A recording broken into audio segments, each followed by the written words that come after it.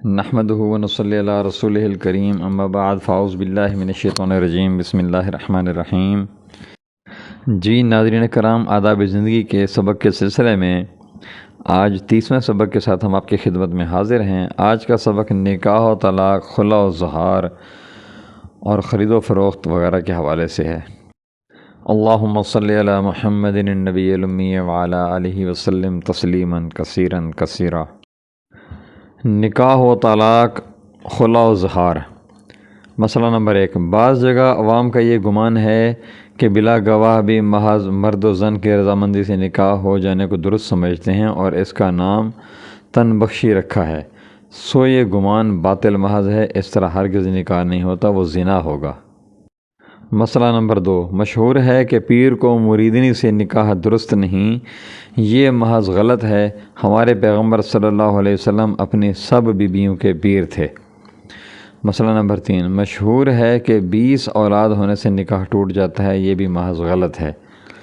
مسئلہ نمبر 4، بعض عوام کہتے ہیں کہ حوا کو برا کہنے سے نکاح ٹوٹ جاتا ہے، یہ بھی محض غلط ہے، البتہ حوا کو برا کہنا جائز نہیں۔ مسئلہ نمبر 5، عوام میں مشہور ہے کہ اگر شوہر کے مرنے پر اس کا جنازہ گھر سے نکلنے سے پہلے اس کی عورت گھر سے دوسرے گھر چلی جائے تو جائز ہے، بعد جنازہ نکلنے کے جائز نہیں۔ گویا ان عوام کے خیال میں عدت وفات کے وقت سے شروع نہیں ہوتی بلکہ جنازہ لے جانے کے وقت سے شروع ہوتی ہے، یہ محض غلط ہے۔ مسئلہ نمبر 6، عام دستور ہے کہ کوئی کافر عورت مسلمان ہو تو مسلمان کرتے ہی اس کا نکاح کسی مسلمان سے کر دیتے ہیں، سو یہ بڑی غلطی ہے۔ اگر کافروں کی عملداری میں کوئی کافر عورت مسلمان ہو جائے تو 3 حیض گزرنے سے تو اس پر طلاق پڑے گی، اس کے بعد پھر 3 حیض عدت، 6 حیض کے بعد نکاح درست ہوگا۔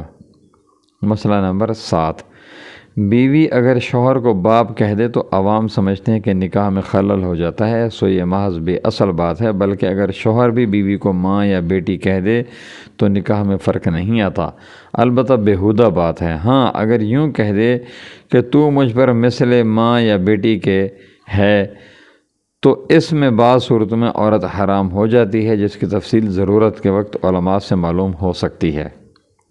مسئلہ نمبر 8، بعض عوام کو اس میں شبہ رہتا ہے کہ حالت حیض میں نکاح شاید درست نہیں ہوتا، سو یہ شبہ بے اصل ہے۔ اس حالت میں بھی نکاح درست ہوتا ہے، البتہ ناف سے زانوں تک اس حالت میں دیکھنا، ہاتھ وغیرہ لگانا درست نہیں۔ مسئلہ نمبر 9، عوام الناس ممانی اور چچی اور سوتیلی ساس سے نکاح کرنے کو جائز نہیں سمجھتے، سو یہ اعتقاد باطل ہے، اور یوں کوئی لحاظ کی وجہ سے ان رشتوں سے نکاح نہ کرے وہ اور بات ہے۔ مسئلہ نمبر 10، بعض عوام سمجھتے ہیں کہ غصہ میں یا دھمکانے کی نیت سے اگر طلاق دے دو تو طلاق نہیں پڑتی، سو یہ بالکل غلط ہے، طلاق پڑ جاتی ہے۔ مسئلہ نمبر 11، عوام میں مشہور ہے کہ دونوں عیدوں کے درمیان نکاح نہ کیا جاوے کیونکہ میاں بیوی کا نباہ نہیں ہوتا، سو یہ خیال خلاف شریعت ہے۔ خرید و فروخت، کرایہ، رہن، حق شفع وغیرہ۔ مسئلہ نمبر 1، مشہور ہے کہ غلہ کی تجارت ناجائز ہے، مگر یہ امر بالکل غلط ہے، البتہ جب قحط کی ایسی حالت ہو کہ غلہ کسی قیمت سے بھی دستیاب نہیں ہوتا اور اب اس کے نہ بیچنے سے خلائق کو تکلیف ہونے لگے، ایسی حالت میں غلہ روکنا حرام ہے۔ مسئلہ نمبر 2، مشہور ہے کہ کسی چیز کے خریدنے کے بعد بائع سے کچھ زیادہ مانگنا گناہ ہے، جس کو رونگا کہتے ہیں، سو یہ بالکل غلط ہے، البتہ بائع کو تنگ کرنا حرام ہے، لیکن اگر خوشی سے دے دے تو کچھ حرج نہیں۔ مسئلہ نمبر 3، بعض ذمہ دار سمجھتے ہیں کہ خود رو گھاس محض روکنے سے ملک ہو جاتی ہے اور اس کا فروخت کرنا درست ہے، یہ دونوں باتیں محض غلط ہیں۔ مسئلہ نمبر 4، یہ بھی بعض ذمہ داروں کو کہتے سنا ہے کہ پھل آنے سے پہلے بہار کا بیچنا ویسے تو درست نہیں، لیکن اگر اس بیع کے ساتھ کچھ زمین کا ٹھیکہ یعنی اجارہ بھی شامل ہو تو درست ہے، سو یہ بات بالکل غلط ہے، اس اجارہ سے وہ بیع درست نہیں ہو جاتی۔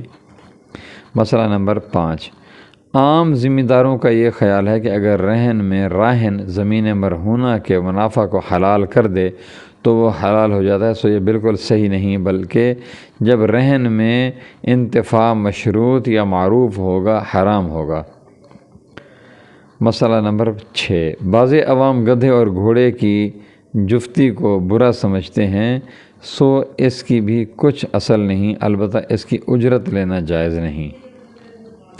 مسئلہ نمبر 7، بعض عوام سمجھتے ہیں کہ حق شفع رشتہ داری جدی کے ساتھ خاص ہے، سو یہ محض غلط بات ہے۔ مسئلہ نمبر 8، بعض عوام میں مشہور ہے کہ اولاد کے ہوتے ہوئے اگر اپنی جائیداد کا جزو یا کل کسی کو ہبہ کرنا چاہے تو اس کے نافذ ہونے کی شرط یہ ہے کہ وہ جائیداد اس واہب کی یکسوئی ہو، اگر جدی ہو تو جائز نہیں۔ یہ محض غلط ہے، مکسوب و موروث کا شرعاً ایک ہی حکم ہے۔ وما علینا الا البلاغ المبین، وآخر دعوانا ان الحمد للہ رب العالمین، والصلاة والسلام علی سید الانبیاء والمرسلین، خاتم النبیین، محمد رسول اللہ صلی اللہ علیہ وآلہ وسلم۔ سبحان اللہ وبحمدہ، سبحان اللہ العظیم وبحمدہ، استغفر اللہ۔